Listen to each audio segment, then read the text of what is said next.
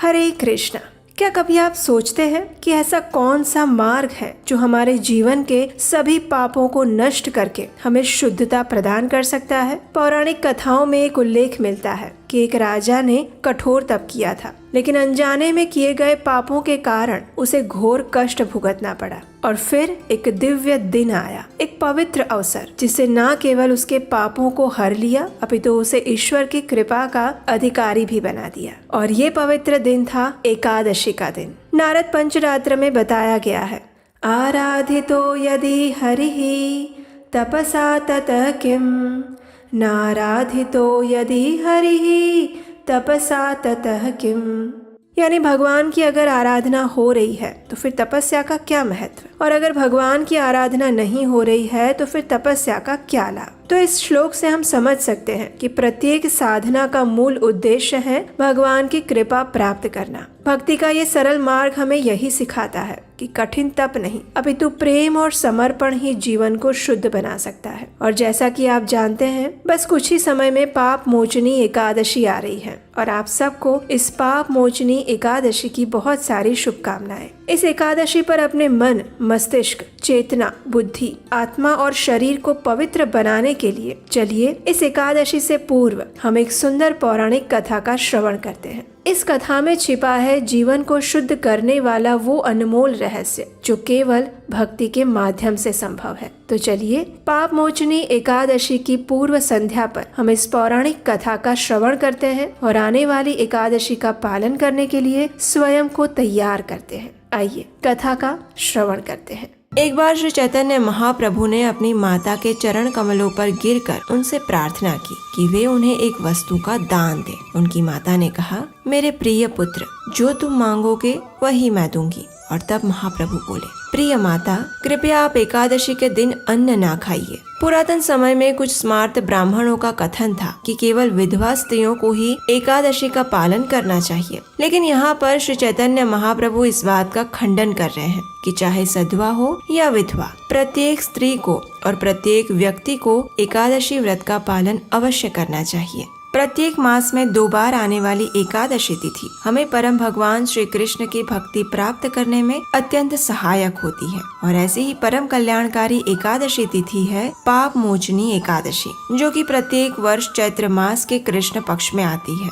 जितना महत्वपूर्ण एकादशी व्रत का पालन करना है, उतना ही महत्वपूर्ण उसका निर्धारित समय पर द्वादशी पर पारण करना है। यदि कोई व्यक्ति एकादशी व्रत का पालन करता है लेकिन उसका निश्चित समय पर पारण नहीं करता है तो उसे एकादशी व्रत का संपूर्ण फल प्राप्त नहीं होता। और ये पारण कैसे करना चाहिए, इसके ऊपर भी हमने एक विस्तृत वीडियो बनाया है, जो कि आप नीचे डिस्क्रिप्शन बॉक्स में जाकर या फिर हमारे चैनल पर जाकर देख सकते हैं। पाप मोचनी एकादशी की कथा का वर्णन हमें भविष्योत्तर पुराण में मिलता है, जब पांडवों में ज्येष्ठ युधिष्ठिर महाराज भगवान श्री कृष्ण से पूछते हैं कि हे यदुकुल शिरोमणि, चैत्र मास के कृष्ण पक्ष में कौन सी एकादशी आती है और उसके पालन का महात्म्य क्या है। तब परम भगवान श्री कृष्ण युधिष्ठिर महाराज की जिज्ञासा को संतुष्ट करते हुए कहते हैं कि चैत्र मास के कृष्ण पक्ष में आने वाली एकादशी को पाप मोचनी एकादशी के नाम से जाना जाता है। और ये एकादशी मनुष्य के सभी पूर्व पाप कर्मों का नाश कर देती है, उसे परम आध्यात्मिक गंतव्य प्रदान करती है।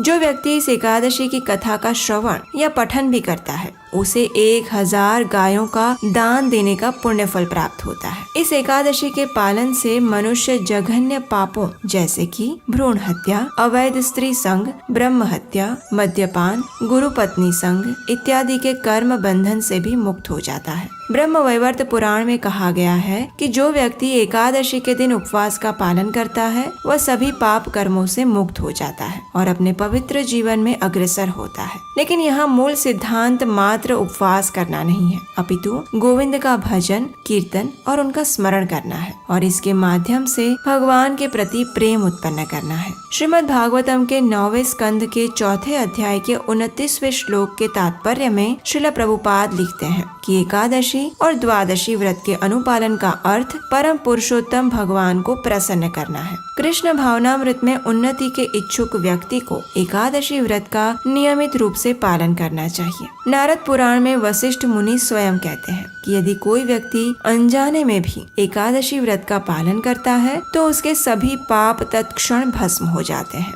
तो फिर श्रद्धा और नियम पूर्वक एकादशी व्रत पालन का तो कहना ही क्या। अगर स्वास्थ्य और आयुर्वेदिक दृष्टि से भी देखा जाए तो हमारे शारीरिक स्वास्थ्य के लिए भी महीने में 2 बार उपवास करने से शरीर के आंतरिक अवयवों की गति सुचारू रूप से चलती रहती है और शरीर आंतरिक रूप से शुद्ध हो जाता है। शरीर में से मलिन तत्वों को बाहर निकालकर उसे नव ऊर्जा प्रदान करने में भी ये एकादशी व्रत अत्यंत फलदायी साबित होता है और इसे आज के वर्तमान वैज्ञानिकों ने भी प्रस्थापित किया है। इसके पालन से शारीरिक और आध्यात्मिक लाभ तो होते ही हैं, लेकिन भौतिक जीवन में भी व्यक्ति को सुख, समृद्धि और शांति की प्राप्ति होती है। इस कारण से भी प्रत्येक व्यक्ति को मास में 2 बार आने वाली एकादशी तिथि का पालन अवश्य करना चाहिए। इसका पालन करने हेतु एकादशी के दिन ब्रह्म मुहूर्त में उठकर पाप मोचनी एकादशी का संकल्प लेते समय इस मंत्र का उच्चारण करना चाहिए।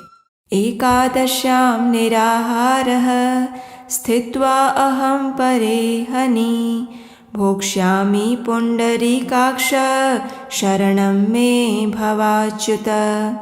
इसका अर्थ है एकादशी के दिन मैं भोजन से विरत रहूंगा और अगले दिन ही अन्न ग्रहण करूंगा। हे पुंडरीकाक्ष, हे अच्युत, कृपया मुझे अपनी शरण में लीजिए। इस प्रकार अपने शरीर, मन और इंद्रियों को भगवान को समर्पित करते हुए अपने समस्त पापों का नाश करने की प्रार्थना करते हुए एकादशी व्रत का संकल्प लेना चाहिए और फिर तुलसी देवी की पूजा करनी चाहिए। उनके समक्ष बैठकर हरे कृष्ण महामंत्र यानी हरे कृष्ण कृष्ण कृष्ण हरे हरे, हरे राम राम राम हरे हरे, इस महामंत्र का जप करना चाहिए। इसके लिए आप 108 मनके की माला पर कम से कम 8, 16 या 25 माला का जप कर सकते हैं। एकादशी के दिन संपूर्ण उपवास का पालन करना चाहिए, यानी किसी भी प्रकार का अन्न जैसे कि गेहूं, दाल, चावल, बाजरा या फिर उससे बने हुए पदार्थ नहीं लेने चाहिए। अगर आवश्यकता लगे तो दिन में 1 बार या फिर 2 बार फल,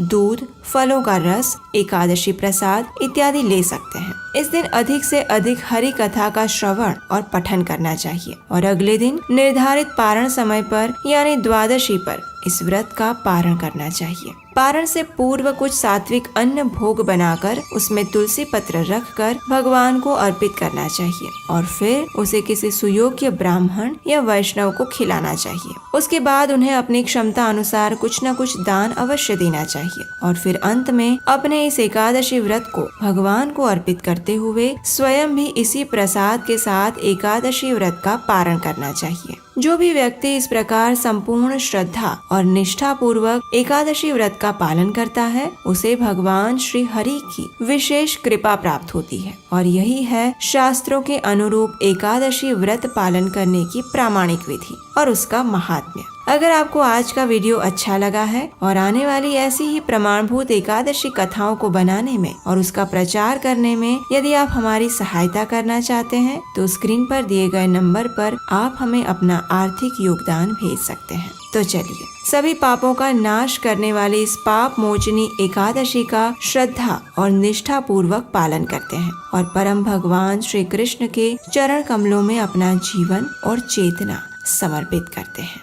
मंगल मंदिर खोलो दयामय, मंगल मंदिर खोलो, द्वारे उभो शिशु भोळो दयामय, मंगल मंदिर खोलो।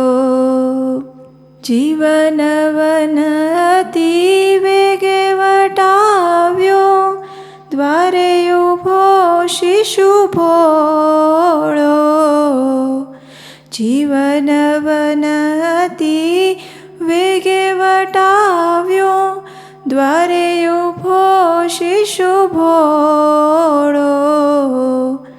तिमिर गયું ने ज्योति प्रकाश्यो, शिशुने उर्माल्यो, मंगल मंदिर खोलो दयामय, मंगल मंदिर खोलो। नाम मधुर तव रट्यो निरंतर, शिशु सह प्रेमे बोल्यो। दिव्य तृषातुर आव्यो बाळक, प्रेम अमीरस ढोळो। दिव्य तृषातुर आव्यो बाळक, प्रेम अमीरस ढोळो। मंगल मंदिर खोलो दयामय, मंगल मंदिर खोलो। हरे कृष्ण।